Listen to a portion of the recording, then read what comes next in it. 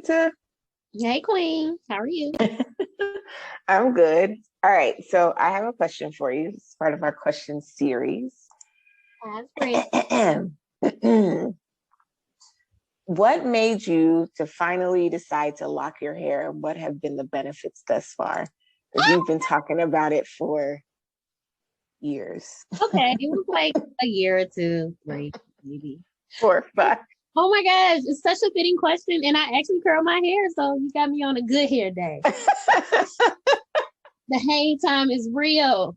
The hang time is real. Good question. Well, I want to say hello to the folks. Blessings on this beautiful Wednesday. So I actually just came up on my 5-year lock anniversary. Has it been 5 years? 5 years, 12, 23, 21. I started in 2016. Oh, wow. I know. Running a very long time. Yeah, first of all, I don't know where time went. It's interesting. To your point, as you mentioned earlier, I have been talking about locking my hair for the longest. Just how I talked about getting this one tattoo of an ankh for the longest. I labor it. I will keep bringing it up. And a friend was just like, you've been talking about this forever. You should do it. But one of the reasons why I decided to lock my hair, so I've always been natural my whole life, never had a perm. And I used to wear my hair in different hairstyles from Senegalese twist to braids to I stayed with a weave at one point. And I was in the weave game when the hair blended. I was in it when people like, that's weird. I have to use out of the my curls. I used to have my little bang, still kind of got the curly bang. But I just got to a point where I was just tired of having to do my hair or think about doing my hair or just spending money on hair. In my Howard days, probably right after, I would spend my last couple of dollars to make sure I had my weave and had money to pay the person to install my weave. Shout out to Gina in DC. Well, she was in DC. I don't know if she's still in DC, but Gina from Pittsburgh? Yeah, how you know Gina? And she sent me to Gina. She braided my hair once. She was great. Gina was amazing. She kept me laid. But yeah, it was just it was tiresome. I also got into fitness more, and having to think about or planning your workout schedule around your hair just became just cumbersome for me. If I got my hair pressed or got it done, I'm gonna you gonna get these curls for the next week and a half, 2 weeks. I'm not working out because you gonna get this fresh press, and it was just a lot. So I will say, what has locking my hair done for me? It's given me freedom to just be myself. I think also earlier on in my career, I thought a lot about my image and how I show up in corporate America, and now I just don't care. Not that I don't care, but I don't care about living up to Western standards. So I remember when I worked at Deloitte, when I interviewed, I got my weave, and my first week, first couple of months, had my weave and then switched out to my braids. So I would go back and forth, but to have to change my image to come into a space to fit this aesthetic that sometimes we put on ourselves, but sometimes, spaces also kind of set the tone of I was tired of that too. It's you're going to get me for who I am and what I stand for. And so it's wearing locks is giving me freedom. I also do my own hair. I didn't start my locks off, but a friend of the family, Shimanege, started mine off in Detroit. And I've gone to her for a touch-up, but when I lived in New York, it was just expensive. So I do my own locks. I color it myself. I curl them myself. So I've saved so much money. I don't buy products no more. I literally probably spend maybe $20 outside of a yearly or twice a year touch-up, probably spend $20 on products. That shampoo, conditioner, some rollers, whatever. Wow. Right. You almost made me want to go back. Listen, says the person who had locks twice, but I'm here for everyone in their own hair journey. So yeah, freedom, saving money, and just just the convenience of just being like, I can walk outside in the rain and don't care. Like the most I care about is like, all day my curls fell. Okay, we'll put some more curls in. So I am, as of now, where I am in my life, I'm not going back. That's what I say. But I do miss my short phase. Like I remember when I did have it short, I was like, oh my gosh, I can't wait for it to be long.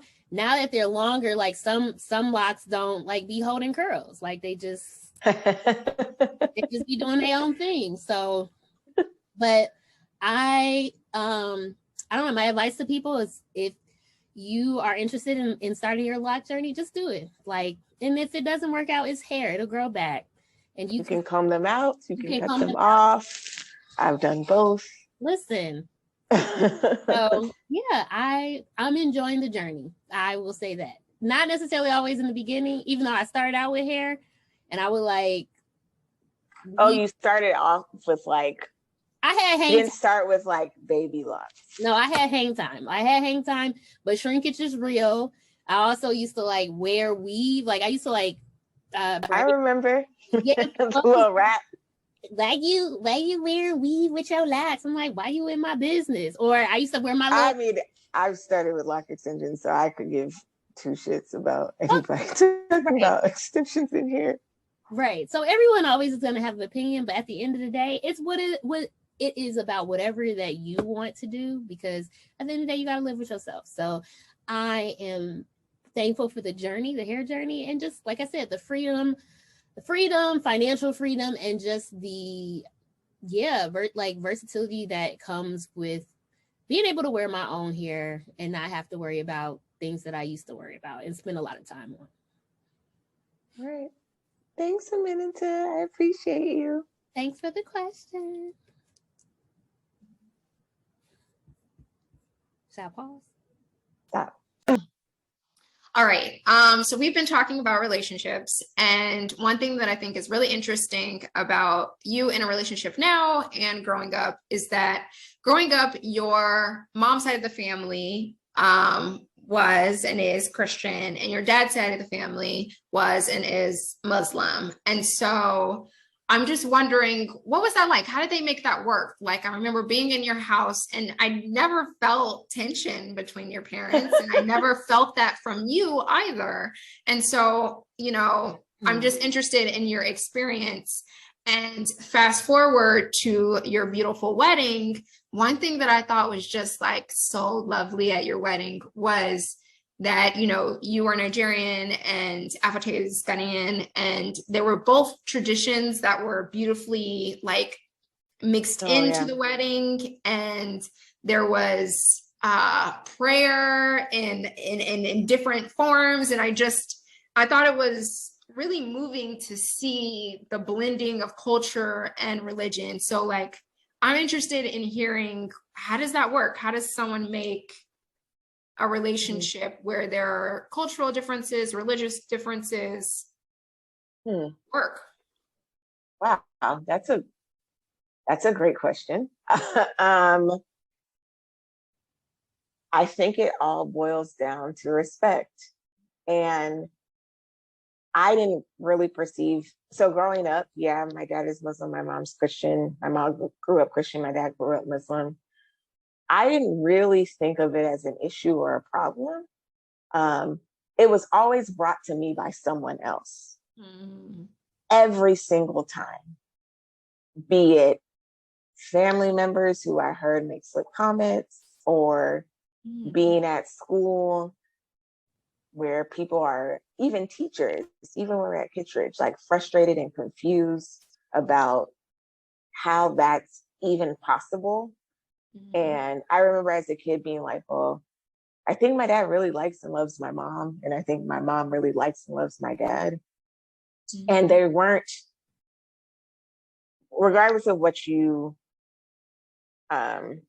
subscribe to, like, there are similarities in the religion. Now, I'm not going to go into a rabbit hole. I have actually read almost all of the Bible and all of the Quran, but so when people try and say stuff to me, I'm like, hold on, I know you haven't read anything either, I can tell. But like, there are similarities. And so if you respect someone and their beliefs, you're and you believe that they're a good human and that you're going to the same place, I personally don't see what the conflict would be. Like, my dad opens gifts on Christmas with us because I'm pretty sure gift giving is not in the Bible for Christmas. So people's confusion about, like, well, how can he open a gift on Christmas? It's like, just opens the box, y'all. Like, it's not. Yeah. And he likes to see his kids happy. So then he gives us gifts too, because Yeah. that's something that we like to celebrate. Our holiday is generally like New Year's Eve. So before I got married, even during, like, spending it with my family, praying together, having apple cider, watching the ball drop on TV. Like, I never went to a New Year's Eve party or did slumber parties. None of that growing up. Like, I didn't do it. It was the time for us to come together and, like, start the new year off right. So I feel like that's really special to me. But I really do think it boils down to respect. And I think sometimes people are looking for a reason not to like someone else based off of their religion. And so that they want to project that on you, but, like, you can both be Christians and be in a shitty relationship. So don't bring that over here. Like, leave And me alone. But arguments as a among kid, Christians too, you know, you can both be Christian and feel like, I mean, very a whole different bunch of people about who identify lots as of Christian things. don't have the same beliefs as me at all. So We there's can that. we can spiral down that rabbit hole too. But yeah, it really Mhm. did come to having respect for one another. And they're my parents. So, like, and you've grown up with my parents. I think my parents are Mhm. really good people. And so, like, I would often be irritated as a kid, like, at people's confusion about it functioning if they're Mhm. really good people. Yeah. Like, you're not confused about your parents? Like, just leave me alone. Like, Yeah. so that a lot of that was often put on me community wise too. I didn't realize, even growing up in, like, the Nigerian community in Atlanta, I didn't realize that there were people who my parents knew that their other groups of friends didn't know Mhm. because they were Christian or Muslim. So, like, she doesn't talk to this group of people because, like, Mhm. they don't go to the same church, or they go to a different mosque. I didn't even catch on to all of that until I was like 15 or 16. Mm. Kind of thought everybody just operated like that. Like, Yeah. if anything, I thought it would be more confusion if you were different tribes, like we're Yoruba. So I was like, well, Yeah. how does it work when somebody's Yoruba and somebody's Igbo? Like, what's the language barrier? Like, what do you Yeah. learn the other person's language? Like, I thought that was more of a thing than my dad being Muslim and my mom being raised Christian. So then when it came time to get married to Afote, I was kind of like, I mean, we're going to have a Muslim prayer and a Christian prayer because we Yeah. have imams in the family and we have pastors in the family. And we want to make sure that everybody's prayer is heard. And we're not going to get married by either religious entity because we believe in God, but we out here. Like, we're not going to the mosque or going to church. So it wouldn't even make sense for us to even pretend to do that. Like, Mhm. so then the thing is respect and then honesty.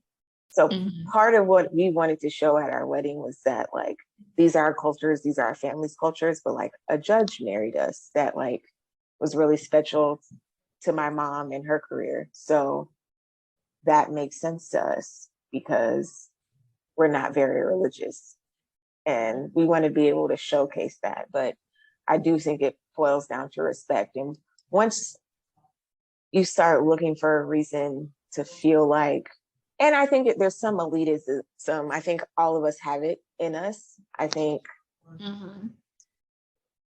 I've had people say to me, both friends and family, like, your dad's really great and he's, like, Muslim. It's just like, what is the expectation? Yeah. What is it that you want, like, Yeah. from him? But I think there's something to be said about feeling like you're a part of a group. Yes. And so you like that other person a lot. Like, you really, really like that person, and he's a really good person, but he's not part of my group. So either I'm going to convert him, or he's my token. Right. Because I don't even know sometimes if it's about deep belief or if it's just for show. Like I think a I lot have to of be it able is. to say that we're both this I think a lot of versus it is. not even really, is it really like about you wanting to be on the exact same wavelength about it all? Or because you want to be able to take this person home and say, oh, well, he's a Christian too. Oh, well, they, you know. I think that's it. I also have had friends, which this part I respect. I have a friend that, like, both of us know that, like, I want to marry someone Christian because that would be easier in, like, how I Oh, think for of sure. raising my kids. Which, that's not something I ever thought about, but that's Yeah. to me, everybody has a difference of opinion. That's valid, because Yeah. sometimes you don't want to do the work to think through that. If you consider it work, or you've grown up a certain way, it may just be easier to step into that kind of tradition, which I Yeah. get. But the confusion or being perplexed about them being able to coexist because one person is Muslim and one person is Christian baffles me. Or us, like me being first gen Nigerian and him being first gen Ghanaian. I just think there's so many similarities in both Christianity and Islam, and, like, some similarities in Ghanaian culture and Nigerian culture, that it's not that difficult Mm-hmm. to figure out if you really like and love the person. Mm-hmm. That's my take on it. So for everybody else, don't ask me how my parents figured it out. It's been said. There it is. Reported, stamped and sealed for you. This is it. That was a good question, Janelle. No more surprises. All right, friend. All right.